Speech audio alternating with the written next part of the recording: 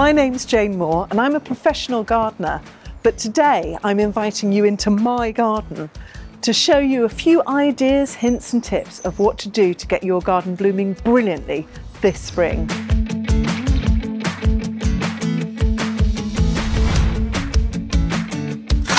Of course, I've already done a bit of planting already this spring.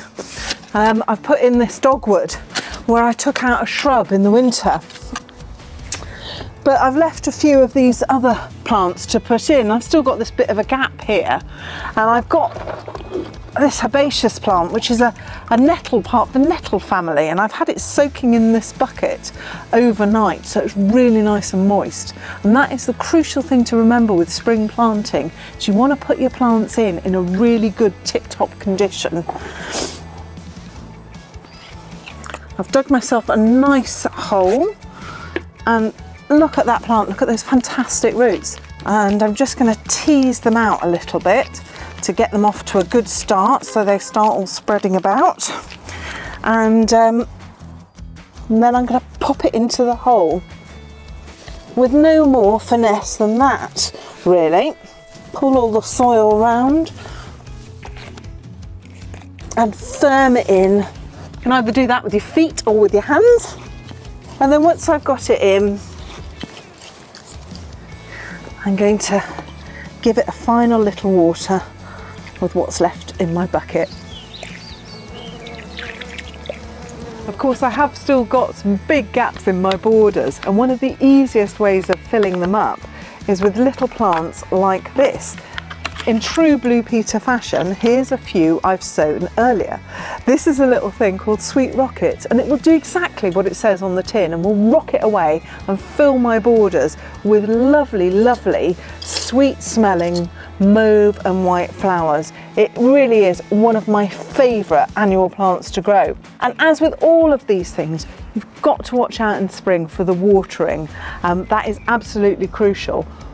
But I do have an alternative way of filling your borders that's even easier than this. Of course, the easiest way of filling up your borders is simply with seeds. That's the easiest thing you can do. And all of these seed varieties you can plant straight into the ground. And actually, it doesn't come easier than that, does it, with gardening? I've got all sorts here. I've got things like borage, which is a fantastic herb, great in your pims, brilliant pollinator as well, wonderful for bringing in the bees and things like that. I've got the lovely nigella. I've got nasturtiums, which are fantastic for eating both the flowers and the leaves. They look great in salads and they taste great too. Poppies, who doesn't love poppies? Dill, lovely herb.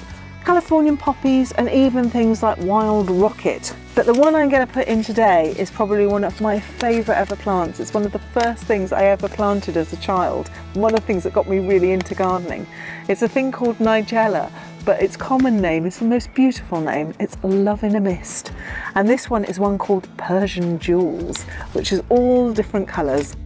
And the easy thing about these is that they're quite small seeds, really. Let me just show you. It's just like the nigella that you would put in your bird feeder.